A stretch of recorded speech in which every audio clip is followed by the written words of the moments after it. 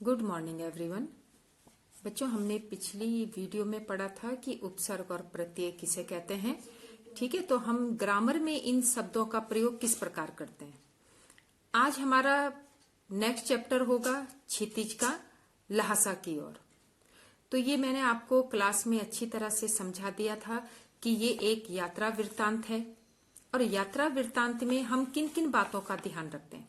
ठीक है, जैसे कि मैंने बोला था आपको कि आप अगर कहीं घूमने जाते हो तो आप अपने साथ एक डायरी और पेन जरूर ले जाएं, क्योंकि हम जिस जगह घूमने जा रहे हैं वहां की संस्कृति, वहां का वातावरण, वहां के रीति रिवाज क्या है, इन चीजों को हमें अपनी डायरी में नोट करना चाहिए। इससे क्या है, हमें अलग अलग जगह की संस्कृतियों के बारे में समझ होगी और उनकी संस्कृतियां का पता हमें लगेगा। तो इसी तरह से जो राहुल जी थे जिन्होंने ये लिखा है चैप्टर लहासा की ओर, ये भी एक यात्रा वृत्तांत है। ठीक है, तो यात्रा वृत्तांत उन्होंने एक घुमक्कड़ जीवन को एक सफल जीवन बोला है। घुमक्कड़ जीवन मतलब एक जगह से दूसरी जगह जाना, घूमना, वहां के कल्चर का पता करना, उसको जानना, वहां की संस्कृति के बारे में जानना। तो ये राहुल जी को इस चीज का बहुत शौक था, तो वे जगह जगह जाते थे। क्या चीजें उन्हें वहां पसंद लगती थी, क्या चीजें उनको अच्छी लगती थी, उन चीजों का वो वर्णन अपने लेखन कार्य में करते थे। तो बच्चों, इसमें ये कोई जरूरी नहीं है कि सिर्फ इन चीजों को कोई लेखक ही लिख सकता है। आप भी इन चीजों के माध्यम से एक लेख तैयार कर सकते हो। ठीक है, आप कहीं घूमने जा रहे हो, वहां के वातावरण, संस्कृति, लोगों का जनजीवन किस तरह का है, उसके ऊपर आप भी कोई भी लेख लिख सकते हो। तो ये होता है यात्रा वृत्तांत। इससे पहले प्रेमचंद जी की कहानी बताई थी। वे कहानी के प्रसिद्ध कहानीकार हैं। ठीक है, वे किसी भी समाज में जो भी घटना हो रही है उसको कहानी के माध्यम से लोगों तक पहुंचाते थे। ठीक है, तो चलिए इस कहानी में राहुल जी ने क्या क्या देखा, क्या क्या सीखा, इस चीज का हम आज इस चैप्टर में पढ़ेंगे। अब यहां पर राहुल जी ने बताया है कि वे एक बार तिब्बत की यात्रा में गए थे, तिब्बत घूमने गए और तिब्बत जाने का मुख्य रास्ता नेपाल से होके जाता था। ठीक है, तो वे अपने एक दोस्त सुमति के साथ, उनका एक घनिष्ठ मित्र था, उसका नाम था सुमति, तो उन दोनों ने प्लान बनाया कि भाई हमें कहाँ जानी है, तिब्बत की यात्रा करनी है, तो हम वहां, तो दोनों वहां से चले। अब जाते जाते जो तिब्बत के रास्ते से जो मुख्य रास्ता वही था एक नेपाल जाने का, उसी रास्ते से हमारे देश में सामान का आयात निर्यात होता था। तो ये रास्ता व्यापारिक ही नहीं था, सेनाएं भी इसी रास्ते से आना जाना करती थी। लेकिन उससे पहले वहां पर चीनी फौजें रहती थी, वहां पे चीनी किले बने हुए हैं। तो जब राहुल जी उसके सुमति के साथ वहां गए तो उन्होंने देखा कि वे चीनी किले जो है खंडर से हो गए, क्योंकि जब वो पहले रहते थे तो उनकी स्थिति सही थी, लेकिन जब वो छोड़ के वहां से चले गए तो वो किले वैसे ही हैं, लेकिन उनकी स्थिति थोड़ा खंडर जैसी हो गई और वे रास्ता भी बहुत खतरनाक था। दोनों चले वहां पर, तो उन्होंने देखा कि जब वे वहां पर पहुंचे तो उन्होंने एक चीज देखा कि वहां पर छुआछूत, उस समाज में छुआछूत का कोई भेदभाव नहीं होता है। वहां पर कोई छोटा कोई बड़ा नहीं होता है, सब इंसान बराबर होते हैं। तो देखो वहां पे मेहमान नवाजी का क्या तरीका है। हम लोगों के यहाँ मेहमान आते हैं, उनको तरीके से बैठाया जाता है, चाय पानी जो भी है वो चीज पिलाई जाती है। लेकिन तिब्बत में वहां पर क्या होता है कि आप किसी के घर चले जाओ, ठीक है, आप चले गए, अगर आप किसी के घर के अंदर घुसते हो तो वो आपसे पूछेगा नहीं कि आप कौन हो, यहां क्यों आए हो, तो अगर आपके पास चाय चीनी अपने थैले में रखी हुई है, जैसे कई यात्री होते हैं चलते चलते थक जाते हैं तो किसी के भी घर में घुस जाते हैं, हो सकता है उनका चाय पीने का मन कर रहा हो, तो आप उनको अपनी चीज चाय चीनी उनको दे दीजिए, वो आपको चाय बना के दे देंगे। किसी कारण अगर वे उनके पास समय नहीं है तो आप खुद उनके किचन में जाकर चाय बना सकते हो, लेकिन चाय और चीनी आपकी खुद की होनी चाहिए। आप आराम से चाय पीजिए, अपने चाय पी के फिर आगे निकल लीजिए, तो आपसे कोई नहीं पूछेगा कि आप इस घर में क्यों घुसे या जो भी था। 100 सवाल आपसे नहीं किए जाएंगे। तो वहां पर ये चीज तिब्बत में इस चीज को बहुत आश्चर्यचकित करने वाली ये चीज थी जो राहुल जी को बहुत आश्चर्यचकित करती है। तो उन्होंने भी वहां पर ऐसे ही किसी के घर जाके चाय पानी पिया। और दूसरी बात उनको वहां ये लगी कि वहां की जो औरतें हैं वो पर्दा नहीं करती थी, वहां पर्दा प्रथा नहीं थी। ठीक है, बस वहां पर जो निम्न श्रेणी के भिख मंगे होते हैं या कबाड़ी वाले हुए भीख मांगने वाले, सिर्फ उन्हीं को घर के भीतर नहीं आने दिया जाता था। और जो थोड़ा भद्र पुरुष के वेशभूषा में हैं, जो ठीक ठाक लग रहे हैं, तो उनके लिए घर के अंदर कोई रोक टोक नहीं थी। वे अब बिल्कुल आजादी से किसी के भी घर के भीतर आ जा सकते थे। चाहे आप बिल्कुल अपरिचित हो तब भी घर की बहू या सासू को अपनी झोली में से चाय दे सकते हैं। ठीक है, वहां पर कोई बहू है या कोई सास है तो आप अपनी झोली में से चाय निकाल के उनको दे दीजिए और वो आपको चाय पिला देंगी। तो ये चीज एक राहुल जी ने वहां की संस्कृति देखी। ठीक है, तो वे भी इसी तरह से किसी के घर में गए, वहां उन्होंने कुछ वक्त ठहरे वो, लेकिन फिर उसके बाद चाय पानी पी के वहां से चले गए।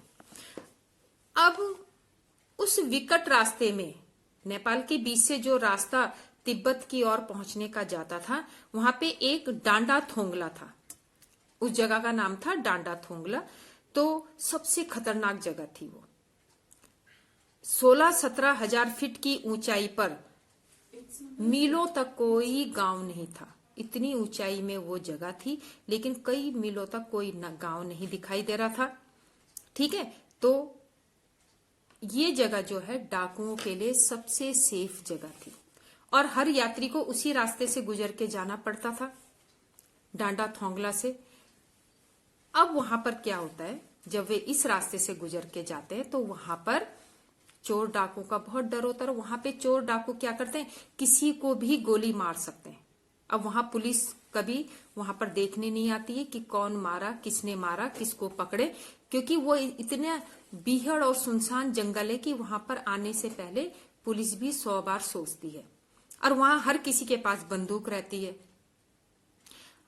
अब वहां पर जो अमीर लोग अगर जा रहे हैं तो उनको लूटा जाता था। डाकू उनकी ताक में रहते थे कि कोई पैसे वाली पार्टी दिखाई दे तो हम उसको लूट लेंगे। तो वहां पर अक्सर लोग क्या करते थे, भिखारियों का वेश बना के जाते थे, बिल्कुल फटे हाल, फटे कपड़े पहने हुए, एक झोला टांग देते थे जिससे कि वो दिखे कि हाँ ये भिखारी हैं। तो इस तरह से दयनीय स्थिति बना के वे उस जंगल से निकलते थे। अब जब वो खुद भिखारी है तो उससे डाकू क्या लूटेंगे। तो ऐसे ही लेखक और सुमति ने भी भिखारी का वेश धारण किया और उस जंगल से जब जाने लगे तो डाकुओं ने उन्हें पकड़ लिया। डाकुओं ने कहा भाई जो कुछ तुम्हारे पास है वो निकालो। अब सुमति तो चालाक था, सुमति को तो पता था कि यहाँ पर डाकू मिलेंगे, इससे पहले भी उसका सामना कई बार हुआ है। तो उसने गूंगे बहरे की एक्टिंग करते हुए बोला कि भाई मैं क्या निकालूं, आप ही मुझे कुछ दे दो खाने के लिए, कई दिन से मैं भूखा हूं, मैंने कुछ नहीं खाया है। तो उन्होंने इस तरह से एक्टिंग की कि डाकुओं ने कहा कि अब इनको क्या मारना, इनसे क्या लूटना, और उनको आगे जाने दिया। तो इस तरह से लोग वहां पे बिल्कुल भिखमंगों का वेश धारण करके तब उस रास्ते को पार करते थे। अब इस तरह से उन्होंने वो खतरनाक थोंगला वाला रास्ता पार किया। अब इस तरह से रास्ते में चलते हुए कई बार उन दोनों ने घोड़ों का सहारा लिया, घोड़ों में बैठ के उन्होंने सवारी की, और कई बार राहुल अपने रास्ते से भटक भी गए। ठीक है, सुमति जो है वैसे तो बहुत नरम दिल थे, लेकिन जब उन्हें गुस्सा आता था तो फिर वो बहुत ज्यादा कंट्रोल से बाहर हो जाते थे, लेकिन फिर वो शांति भी जल्दी हो जाते थे। तो इस तरह से वे कई बार रास्तों में भटके। अब सुमति क्यों जाते थे वहां पर? सुमति के वहां पर कुछ यजमान रहते थे, जैसे पंडित है ना, पंडित अपने यजमानों के पास जाते हैं, उसी तरह सुमति भी अपने यजमानों के पास वहां जाते थे। तो वे क्या करते थे? अपने यजमानों के लिए एक छोटे छोटे गंडे बनाते थे। गंडे कहते हैं जैसे लकड़ी के टुकड़े हैं, उसके ऊपर बौद्ध गया के कपड़े, मतलब बौद्ध गया में जाके जो कपड़े वहां से मिलते हैं वो पवित्र कपड़े माने जाते हैं, तो उनके गंडे बना के वे अपने यजमानों को बांटते थे।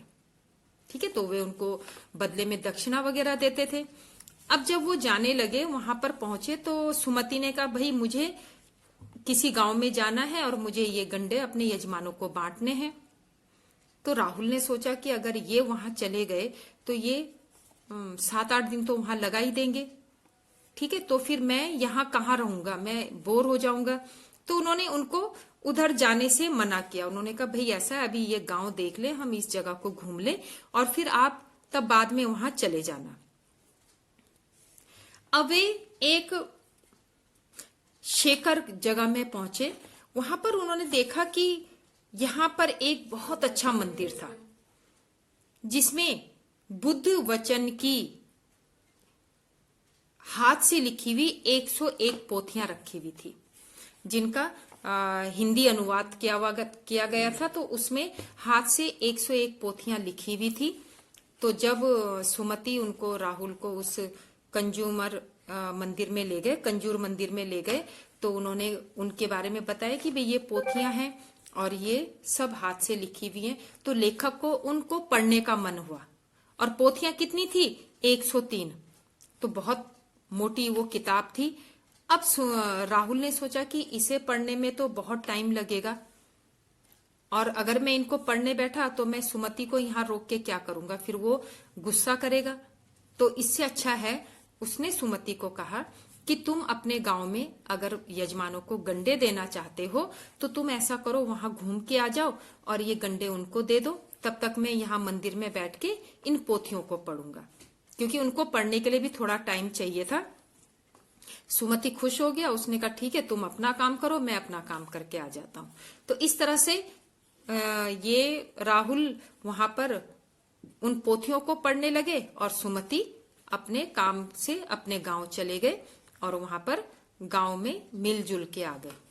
तो जब वे उन पोथियों को पढ़ रहे थे तो एक एक पोथी 15-15 शेर से कम नहीं रही होगी, इतनी भारी भरकम वो पोथियां थी। सुमति ने फिर आसपास अपने यजमानों के पास जाने के बारे में पूछा। ठीक है, तो उसने कहा कि भाई तुम पढ़ लो, मैं जा रहा हूं। तो मैंने उनको जाने के लिए कह दिया। दूसरे दिन वह गए। मैंने सोचा कि वो 2-3 दिन तो वहां जाकर लगाएंगे, लेकिन वे उसी दिन दोपहर में फटाफट अपने यजमानों से मिलकर वापस आ गए। और उसके बाद